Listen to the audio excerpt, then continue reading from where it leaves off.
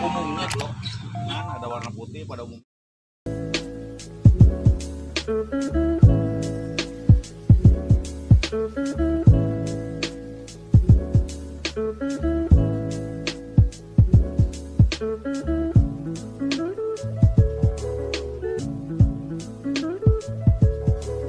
Assalamualaikum warahmatullahi wabarakatuh. Perkenalkan, nama saya Najwa Aina. Saya dari SMA N1 Ciomas, kelas 11 MIPA 3. Di sini saya akan mewawancarai salah satu pengusaha budidaya tanaman hias di daerah Ciherang Kelapa 7.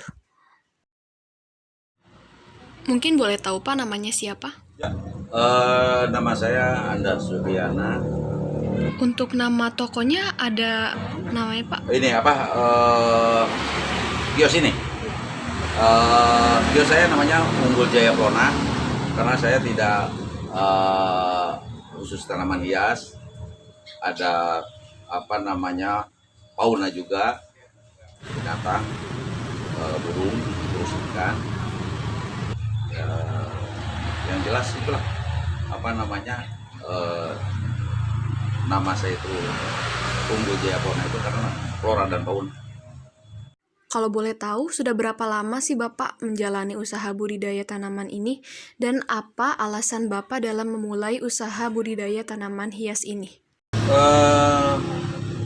Saya mulai dari tahun 93 ya.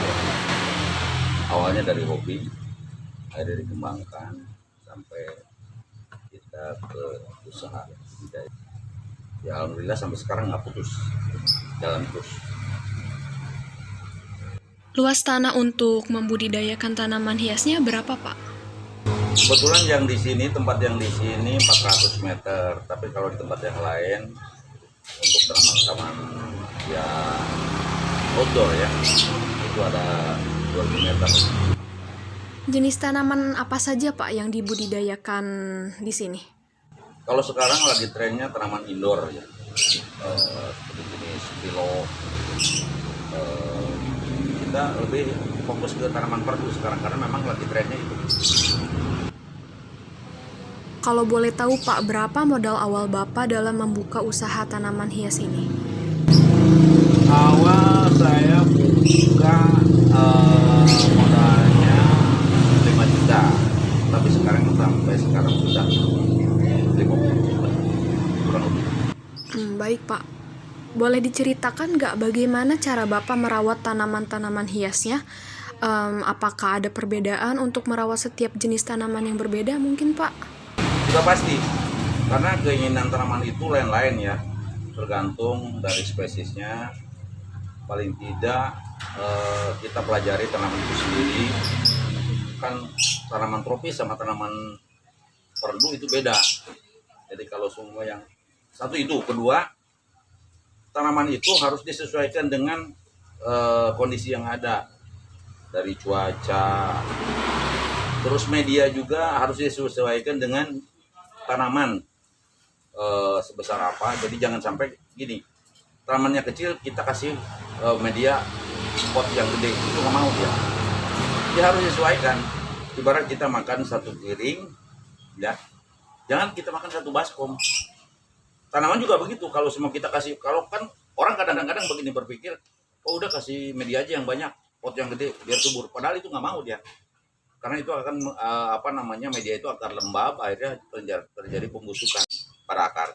Jadi harus disesuaikan kalau tanaman itu sebesar apa, nah kebutuhannya kira-kira gimana gitu.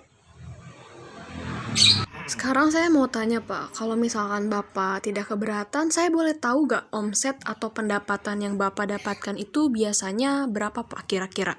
Relatif ya, tergantung kalau tanaman itu kalau lagi booming, kadang-kadang kita sehari bisa 10 juta. Tapi kalau kayak gini, ya kadang-kadang paling 100, 200. Sekarang kan lagi segini.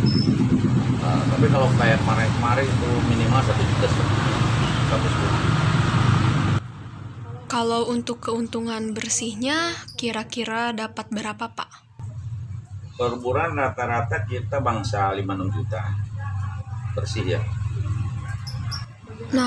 Kalau cara Bapak untuk mempromosikan dan memasarkan tanaman-tanaman hias Bapak ini bagaimana, Pak? Mungkin ada akun sosial media khususnya, Ya, Pak? kan ya sekarang udah ada medsos ya, jadi udah banyak sekali. Sekarang itu banyak peluang. Di satu sisi kita juga melalui medsos, di sisi lain banyak istilahnya pelanggan-pelanggan yang udah lama. Jadi kita udah nggak repot lagi untuk pemasaran, karena memang orang sudah tahu jenis tanaman yang dia cari semua ada di kita, ya pasti tanpa diundang juga dia datang di sini untuk berbelanja.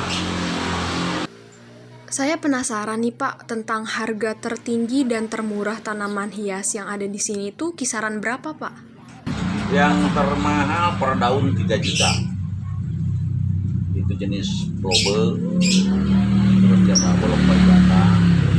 Yang termurahnya sampai yang harga 5.000 sampai 10.000 termurahnya. Jadi itu dari tanaman yang termurah sampai yang termahal ada. Untuk sekarang ini jenis tanaman apa yang punya harga termahal dan termurah itu, Pak? Untuk sementara ini yang mahal itu Probe ya, Florida Beauty itu mahal.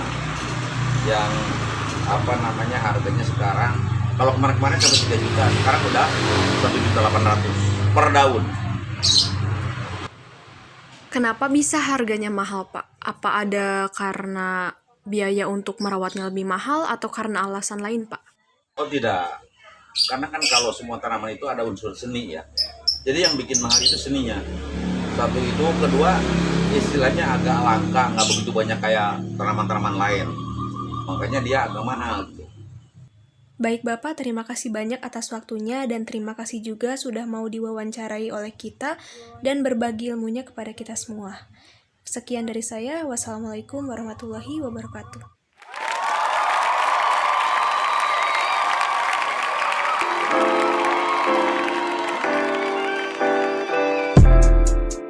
Banyak.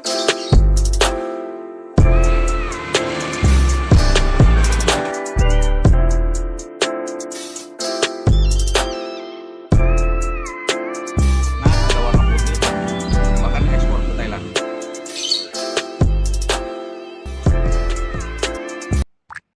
Kalau suka duka Bapak dalam budaya ini apa sih? Sukanya ya kalau lagi booming suka ya. Ya dukanya kalau lagi lagi sepi. Jadi kadang-kadang ada ya, karena nggak itu ya, nggak stabil gitu. Apalagi sekarang kan COVID ya. Ya sangat menurun sekali. Kalau dari hama gitu juga Pak? Hama nggak ada masalah, karena kita kan udah lama ya. Istilahnya kita rutin namanya sudah lama, jadi untuk hama nggak ada masalah. Media nggak ada masalah. Nah cuma sekarang gini, karena sekarang pasar lagi kurang bagus, lagi lesu ya, kita lebih fokus ke budidaya. Jadi kalau waktu istilahnya naik lagi, kita banyak stok. Itu memang udah siasatnya harus begitu. Jadi jangan di saat harga jatuh, konsumen kurang, nah kita diem, udah budidaya terus aja. Daripada kita istilahnya nungguin yang belanja nggak kayak biasa, terus aja banyakin, nanti pas giliran harga stabil lagi dan stok banyak. Ada satu filosofi, hidup dengan seni itu mudah, hidup dengan ilmu akan mudah, hidup dengan agama akan terarah. Nah ini di tanaman hias itu berarti tiga-tiganya kita pakai. Jadi kalau namanya ada unsur seni pasti indah.